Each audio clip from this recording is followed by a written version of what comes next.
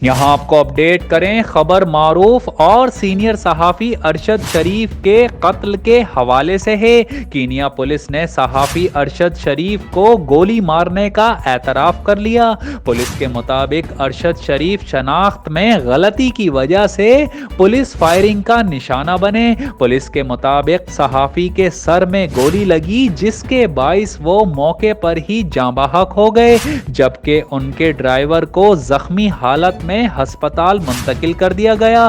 ارشد شریف کو اتوار کی رات نیروبی میگاڈے ہائی وے پر پولیس نے گولی مار کر قتل کیا، اور کینیا کے سینئر پولیس افسر نے صحافی پر فائرنگ کی تصدیق بھی کر دی ہے۔